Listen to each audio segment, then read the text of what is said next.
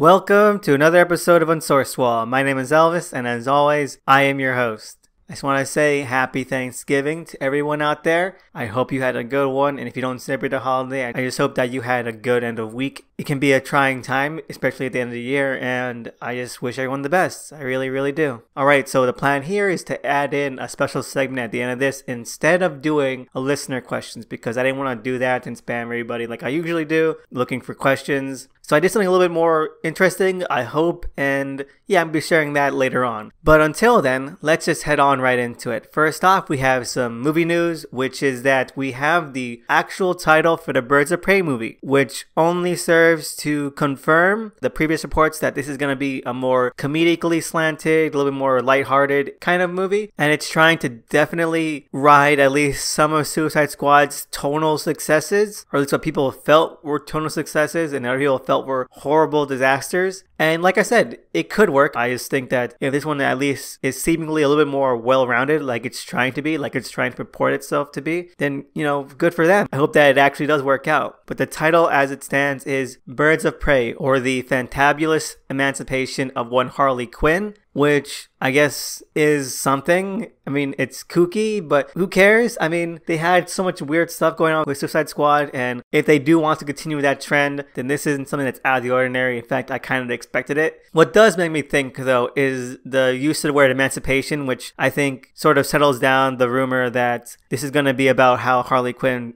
just stops associating with the Joker and strikes out on her own as her own person outside of him. And like, yeah, that's a good plot thread to have Harley Quinn's story center around, because that's like one of the big, or like one of the only huge storylines that you could give Harley Quinn. So much so that that was originally going to be her plot thread for the first Suicide Squad movie. And the fact is that if they're going to go this direction anyway, then why did they ruin that plot thread from the original one? Because I've always been adamant that Margot Robbie's acting and Harley Quinn as a character in the first one is completely underrated and is completely underserved by how great that thread could have been if it wasn't chopped up to pieces, and that scenes that would have been so impactful weren't just completely removed from context and put into inferior context. Why did that have to happen in the first place? Why did they have to try and make it seem like these two characters in the first one were like this madly sort of romantic couple, to the fact that like the last couple of years we've seen an uptick in insanely annoying Joker Harley Quinn memes and image macros about how in love and how psycho romantic love is. Like, please kill me, please. And honestly, if it can strike that tone, if it can find that balance, then this could really be something fun. But it just seems like right now it's a heavy, strong, soft reboot when we didn't need to have it. We really didn't.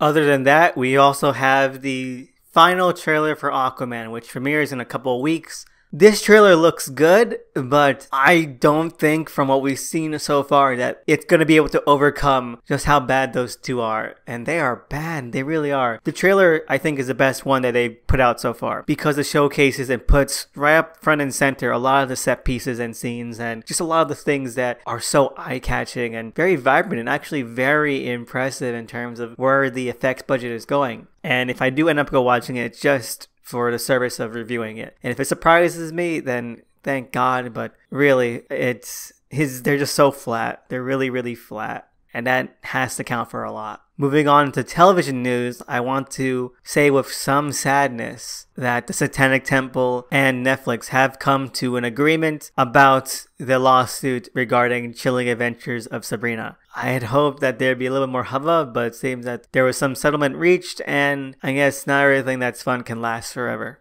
Anyway, moving on, we also have news about Sweet Tooth has been optioned for a pilot from executive producer Robert Downey Jr. Alright, so yeah, that sounds like it could be really, really fun. Sweet Tooth by Jeff Lemire. I'm not gonna say it was perfect, but I really enjoyed the whole style and verb and just a lot of the atmosphere of that book. It really did speak out to me a lot, so fingers crossed for them. And lastly, we have casting news from the CW for a show that I still don't watch, haven't watched in a long time, but I just can't can't look away like some crazy, amazing, infernal disaster. And that is Supergirl, as they have cast their version of Lex Luthor from Jon Cryer, of all people. And what's always really bothered me about how the CW uses nostalgia and references in order to build up what they think is substance and content really does play into this casting choice, because as a lot of clickbait articles are saying, like, wow, this guy, Jon Cryer, he's perfect because he used to play Luthor too in, I think, Superman 4, The Quest for Peace. He played Lenny Luthor, Lex's nephew. And the CW obviously thought, oh wait, look, Jon Cryer has gone bald in the meantime. This is perfect. Let's just cast him. It'll be nostalgia, reference, and, well, I guess brownie points. And I know a lot of people will be saying, like, but Jesse Eisenberg played a weaselly Lex Luthor. Yeah.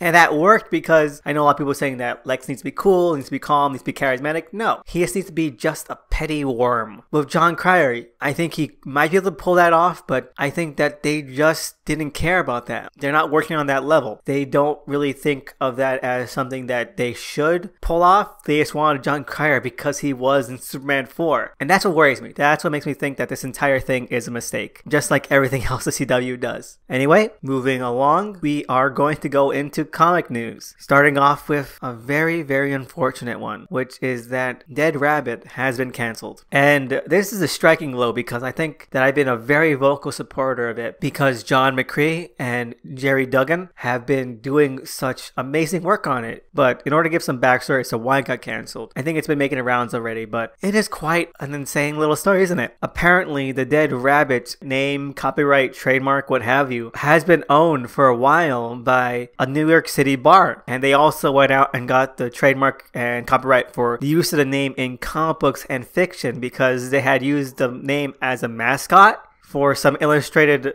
like how-to guides and tips. So I think they were just being really forward thinking about what that might overlap into. And for some reason, and I'm hearing conflicting reports about this, so I'll say both. But for some reason, apparently, either Image didn't do the due diligence of trying to find out where this name could come into conflict with other names, and something like that happened with the Autumn Lands, which used to be called Tooth and Claw, or the other way around, from Kurt Busiek, I think, in his fantasy series with Image. Or they did find out they started some parlaying with the Dead Rabbit bar, and then decided to also spend the time publishing and putting out and soliciting the Dead Rabbit comic. Either way, that is real bullshit on Image's part, because so far in the comic, there is no reason for Dead Rabbit be called Dead Rabbit unless there's some unrevealed, really deathy character reason we haven't been shown yet. It doesn't really play into anything. It honestly doesn't. It could have been changed just at the drop of a hat. But now we're stuck in this place where who knows what will happen with the series. Apparently, the lawsuit could go into the millions. And at that point, there's really no reason for Image to continue to really try to relaunch this book. It's a shame. It really is. I really enjoyed this series, and it does really burn to see it come to an end like this.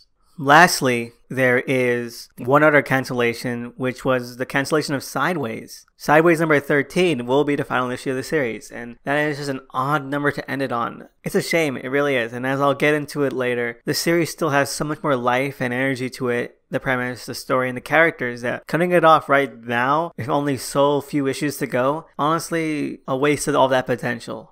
And that's it for news in general. Let's move on to what I read this week. First and foremost, well, since I already started talking about it, let's go on into Sideways number 10, which is the start of the last arc. Now that we are free and clear of this whole Dark Multiverse 7 Soldiers thing, and it is a return to form in a lot of ways. Not only due to the only two creators working on this being Dan DiDio and Kenneth Rocafort back on art duties, but it does have that really parsed down, that really sort of simplistic and easygoing, straight-minded atmosphere and energy and vibrancy that Sideways was really appealing at to begin with. And like I mentioned last week, or whenever the annual came out, a lot of the interesting stuff that was going on with Sideways was through the inter-character stuff that we were being divorced and distanced from. So when we get back here, we have this really heavy moment between Sideways and his adopted father. And it is a really, really kind of heart-wrenching one, because you can understand, I think, where both sides are coming from. But even then, there isn't this time to sort of parse it down and to really, invest in it. But it's such a great kind of scene, and I love it. It's so good that I am really disappointed, like I said, that there's only 3 issues left, and we won't see that have like this engagement and development that it deserves, because it is that kind of scene that could have this is a watershed moment for this character if it wanted to give that character a lot more longevity. So yeah, that's a shame. The rest of the issue, though, is sort of a bottle issue, because even on the cover, you have the caption emblazoning brief interlude, which it really is. It's more concerned about Sideways and his friend going on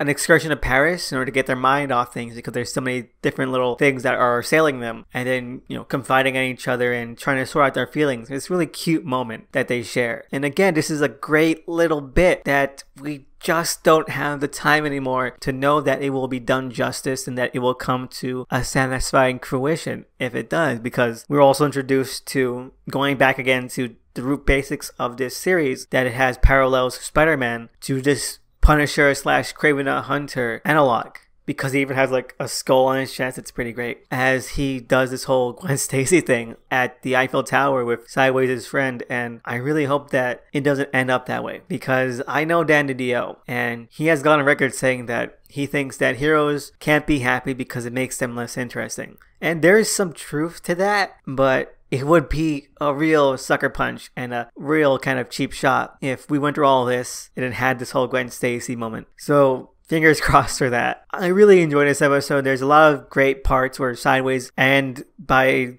the sheer talent of Kenneth Rocafort, uses his powers in really inventive and really kind of funny ways. There's little gags with just how many little riffs he's making. It's honestly really, really entertaining. It's such a lighthearted kind of issue up until these little moments that do interpede on it that could have been so fantastic if it just wasn't canceled so quickly. But yeah, I'll give it 2 thumbs up because it really was a great issue. Next up, we have the Immortal Hulk number 9, which is like Sideways, is that this is also a return to form for this series. After such a noticeable downturn through this insanely boring Avengers excursion, we have another issue that really does try to hammer home a lot of the more somber, a lot of the more sort of tragic elements of the Hulk mythology. I am astounded by how well this series is introducing and including and integrating fill-in artists. I mean, this is probably the most consistent and most clever I've seen a double-shipped book switch out through artists and not skip a beat and not feel like you're reading something that's jarring or that is clearly rushing itself out or is just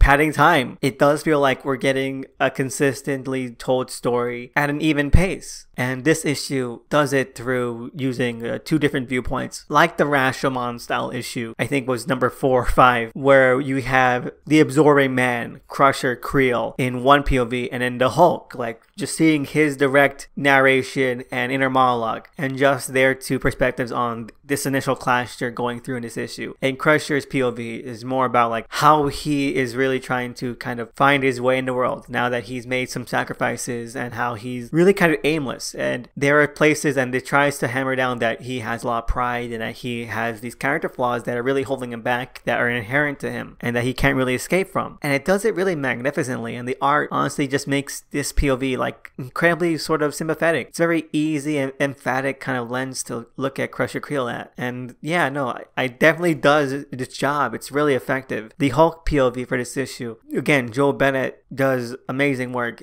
I love the coloring and blockiness of everything. It's not Kirby-esque. I won't call it that. I know a lot of people have, but it really does settle this down as like an old school kind of monster book, but it has enough flair and charm in its own sort of aesthetic and how it's depicting like these really rough shapes that it's incredibly just fun to look at. Just seeing this really squat sort of Hulk with like big meaty arms and hands and wrists and everything. It's pretty delightful. But his POV, there are things that I don't and do like about it. We have like half the issue through the Hulk's inner monologue, and he just seems a little bit too ordered, a little bit too centered. I guess I'm just more of the camp that really likes the Hulk to be like a complete douchebag, and that's what the first couple of issues were really doing. This one just feels like an angrier Bruce Banner, to the point that I didn't even know it was meant to be the Hulk doing the monologue until like near the end of the issue, like, oh wait, this is the Hulk? So yeah, that was a little bit of a disappointment because I expected more from that. Not like it was written badly, it just, I don't think it was written in keeping with the Hulk's personality. The real highlight of this issue though is is the trend and the whole underlying theme of this issue and this arc, really, being that we're going through various eras of horror. The last issue, like I mentioned, was very Carpenter infused, and this issue, it felt so much like early 90s horror, like say Wishmaster or like the Brian Usna Mad Screaming George gore effects from like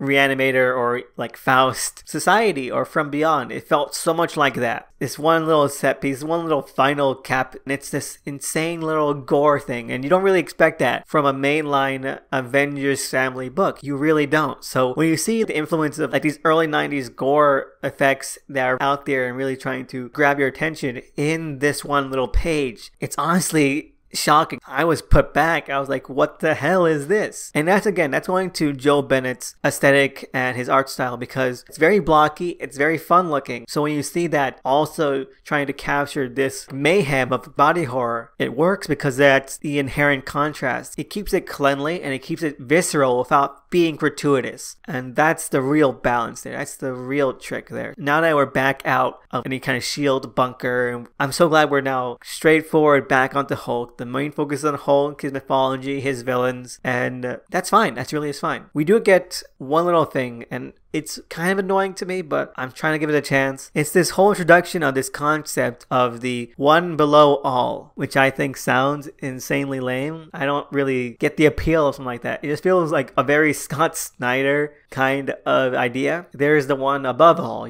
God. So we're going to do the one below all, which is of course kind of like this demonic presence that's using gamma radiation. I don't think the Hulk needs that. That whole supernatural bent, I think, really sort of takes away that. It just feels like something that is so weird for a series that is being so classic. I mean, I wouldn't mind if it turns out the one below all is just aliens, because that seems very in keeping with the Hulk. But if it turns out to be great, then yeah, but still a nagging point on my side. So overall, yeah, I really enjoy this issue. It doesn't feel as great, I don't think, as the original couple of issues, but it's a far cry better than the last couple. So yeah, fingers crossed, 2 thumbs up. I can't wait to see more of this. Before we go on to the last review, I just want to say that the first trade for the Immortal Hulk came out this week, and it was the most disgusting thing I have ever seen. It is awful. I haven't picked up a Marvel trade in a long time, and if they're all like this, then that is just disgraceful of them. It really is, to try and do this and to put out this disgusting content, because I went there and it's only 5 issues plus like I think a coda, and it's insanely flimsy. I can feel it warping when I picked it up, but also that the cover is cut too small for the pages. Now, when's the first or only time you've ever seen that happen with like a mainstream title, especially a AAA one like they're trying to push this to be? Why would the cover be smaller than the pages? And this is $15 for 5 issues. That is a little too much even. And with all these other things, it should be like less than $10 if I'm going to pay for this crap. So yeah, I'm going to be waiting for the self-styled omnibus that they put out for this kind of stuff. When that comes out in a couple of years, I guess I'll grab that if this keeps on being consistently entertaining, which I hope it does. I really do.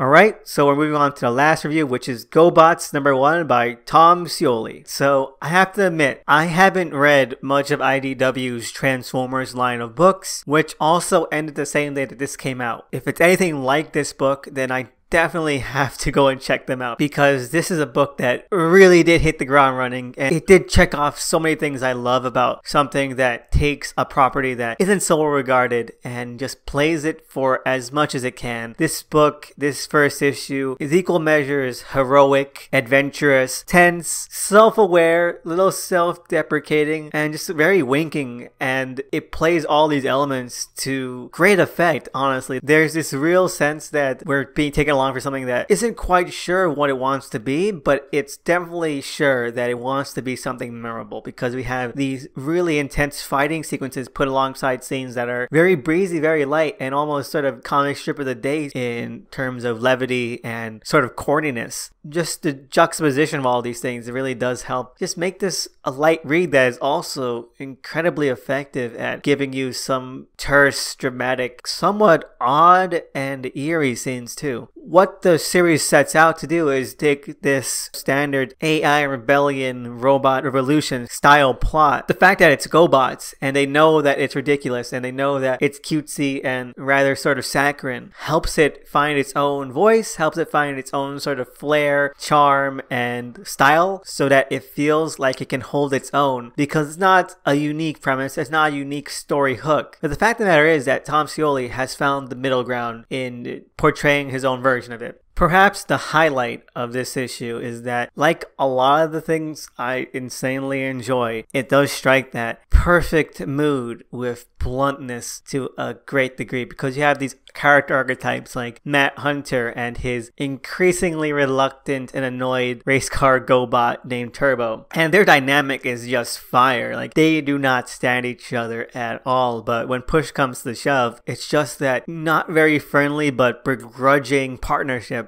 It just sparks me on fire. I love it. But then you also have Leader 1, who comes into direct conflict with Psykill, the leader of the Renegades. And it's like fireworks. It really is. Where he realizes that Nick, the pilot for Leader 1, is inside him. He states, wait, there's someone inside of you, right? And I heard him. And he starts banging on Leader 1 saying, hello, is there anyone dead in there? And it's brilliant. I love it. It's corny, it's cheesy, but it's so honest about itself. And that makes all the difference because there's this one fight scene that has like 18 panels on one page and it doesn't feel cluttered. It doesn't feel confusing. It's very ordered. It's very exciting. It's got such great panel to panel pacing and layout. It's brilliant. Just like the rest of this comic. It's such a fun read. And even though it's only 4 issues, it's just a miniseries. While reading, I could already tell that I wanted more. Anyway, 2 thumbs up. Moving along to what I watched this week, I just want to do a mini review for Daredevil Season 3, which I did end up watching. It's crap. It's embarrassing. The dialogue is unbelievable. There is one interesting angle that comes up in the last couple episodes that they end up deciding to squander, and at the end, it just ends up in the same place that Season 1 ended up with. So making the entire thing pointless and incredibly boring. It feels like an aimless series. Anyway, yeah, 2 thumbs down. Alright, so let's move on to the main attraction. We have Titans, episode titled Asylum. This is another sort of smaller, quiet, not very engaging or very ambitious episode. It's much more of a plot filler episode where we need to have some things introduced, some things that we need to explore. This is the kind of episode that needs to happen. There are 1 or 2 really great character beats in this episode, but overall it's just mainly focused on getting more exposition and more characters that will serve the plot as it moves forward. Nothing too interesting, and it's nothing very memorable. It's still good, it's still entertaining, it's a decent episode, but like I said with other episodes like this, I think, that weren't so striking.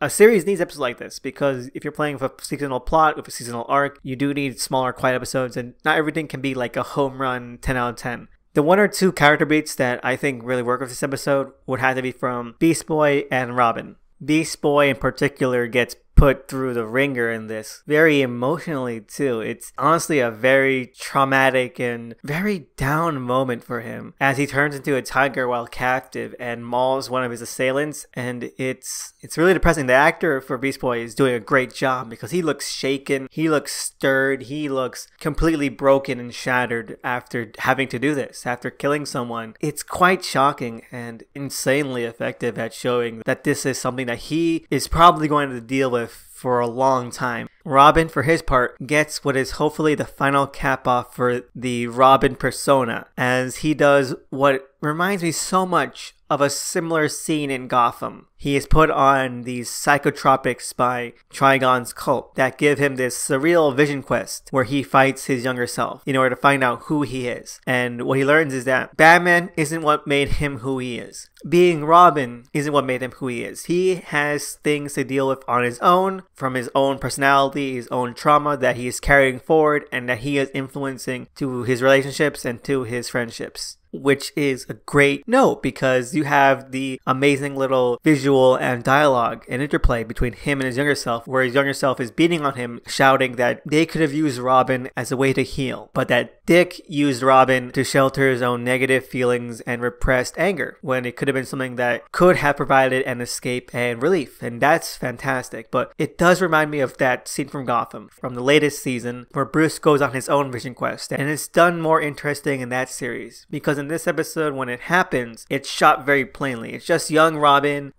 fighting each other. It's nothing interesting. It's not stylized. It's just so very point of fact. While in the Gotham scene, Bruce is doing this whole mind-bending thing where he starts off in one body, he goes to another one, and then the perspective flips, things change, someone becomes Batman, he loses his face, he loses his identity, he meets Playboy version of himself. It's crazy, and it's interesting, it's engaging, and it makes you think a little bit, and it's so fucking symbolic. But it does tip the balance for what this scene could have been in this episode, especially because this show knows when to be stylistic and knows when to be very sort of engaging and interestingly shot, but it doesn't take advantage of that. It doesn't make use of that here, and that's a disappointment. That's a shame, because it could have done something more of it. So that just adds more evidence to the fact that this was just a very filler episode with one or two interesting character moments in it. Starfire and Raven, for their part, don't really get much to do. Although the clip for the next episode, which looks really great, does imply that we're going to be able to find out more about her origin story, because Donna Troy is appearing and she can apparently speak the ancient cryptographic language that Starfire is carrying around on a parchment. So brilliant. So yes, this episode was okay, but I'm much more interested and much more excited about next week's, because in the clip for the next episode where Donna just flips over an entire truck and Dick just looks at her and says, "Fuck me." And that's fucking great, and I love it. I love interactions like that, and I'm a sucker for them. One thumb up, one thumb middle, and fingers crossed for the rest of the series. I'm still enjoying it a lot. I think that's it. We're going to head into the special Thanksgiving segment, which is, well, what we're all thankful for. I did put out the call on Monday, like I promised I would last week. And the call was for what kind of series or comics that you are thankful for having read or discovered. And, well, I did get one or two responses, and I'm grateful and I'm thankful for that. Just to start off, I am so thankful for everyone who has been part of this. It's amazing and it's astounding, and I just can't believe it, especially like over half a year later, weekly episodes, and getting it out there and having people who support it, who interact, who send in questions, comments, feedback. It's amazing, and I appreciate and I'm so thankful for all of you. So yeah. But moving along to the replies I got to that prompt, we have one from @AkiCat on Twitter, and their reply was that they are thankful for having discovered, read, and seen Jason Aaron's Thor run and the Kamen Rider franchise of shows. They say that they have influenced their life a lot and that they wouldn't be the same person without them. And they're also thankful for the Garo franchise of shows, even if it's just something they discovered only recently. And I think that's really brilliant, just having something like that, especially really bombastic things like the Kamen Rider franchise and Jason Aaron's Thor run, which I'm very middling on, but I can't deny that it has powerful moments. It's really fantastic to have something like that, something that really does make an impression on you, because these are things that are so sturdy, that have this incredible thorough line to them in terms of thematics, in terms of story content, in terms of atmosphere. Then that means that they can really pinpoint that. I'm so glad that you have multiple things like that that have really kind of shaped and formed an indelible part of you, and I'm really happy for you, AkiCat, and for anyone else out there who has any kind of medium that have this kind of effect and this lasting trail on you. Our second response is from the ever great Medea on Twitter, and their response was Elektra Assassin and Arkham Asylum, in the category of comics that got them interested into Western comics in the first place, which is, well, awesome, because Elektra Assassin, because it's a brilliant masterwork, is probably the most amazing thing to carry you over into this entire new sort of realm of comics. Elektra Assassin is a lot more personal, a lot more intimate, while also being wildly inventive and engaging on both writing and visual levels. And they also are thankful for All-Star Superman, for being the exact kind of story they needed at one of the low points of their life. Less because of the one scene that everybody kind of talks about, but generally the hopeful and warm message, which they quote, "One day they'll join you in the sun." And no, yeah, that's completely understandable. That one bit, it's such an optimistic view of the human condition, of humanity on a time scale. We're always evolving, we're always developing. And that's something that Morrison, especially in rereading his Invisibles, is always sort of playing with. Like whether or not we're evolving toward a state where it's going to become untenable and our darker instincts will carry over and will submerge with us, or we're developing more and more toward a more altruistic communal state. All-Star Superman is like the perfect example of the latter. matter, that we are always sort of learning from our mistakes and we have the capability. And that's so fantastic that it helped you carry on from this low point in your life. And I'm so happy to hear that. And in terms of my own sort of thankfulness of things I discovered, I guess it's something like the Hulk again, which did help me through some personal issues that I was going through. And it really did help me understand just what I was going through. And it's something that I am never taking for granted again. Other things would be, I think, Fourth World, honestly, because it is such a personification of everything that is so lovely and fun and just creative and just so incredibly individual that it just makes me happy just thinking about it, just remembering it. I'm so grateful and thankful for that. And for anybody who goes out and makes comics and tries to bring a lot more of this sort of happiness and atmosphere and just personality to the world through their work, through their art, through their endeavors. And thank you to all of you who do that. It's something we should respect a lot more than a lot of people do. So yeah, thank you to AkiCat, and thank you to Medea, and thank you to all of you. I hope that, like I said at the beginning of the episode, I hope that you had a great Thanksgiving. If you don't celebrate it, I hope you had a great week, that you continue to have great weeks, great days, great moments, and just great events and all the best. You guys mean so much to me. I'm so grateful. I'm so humbled, and I am just like bowled over. And well, so much more than I can put into words. All right, so yeah, hope you have a great weekend too. Anyway, I am categorizing this as the second season finale for Unsourced Wall. Season 3 will start next week. I don't know if there's going to be any kind of shakeups or new sort of rejiggering like I did with season 2 in terms of scheduling, but I will keep you notified on that. As always, anyone out there can reach me with comments, thoughts, and questions on my Twitter at THE_SNICKMAN, and to the cover artist of the series at DOTEMCEE. Thank you again so much for following me on this journey. I will never forget that. See you next week, and have a great one until then.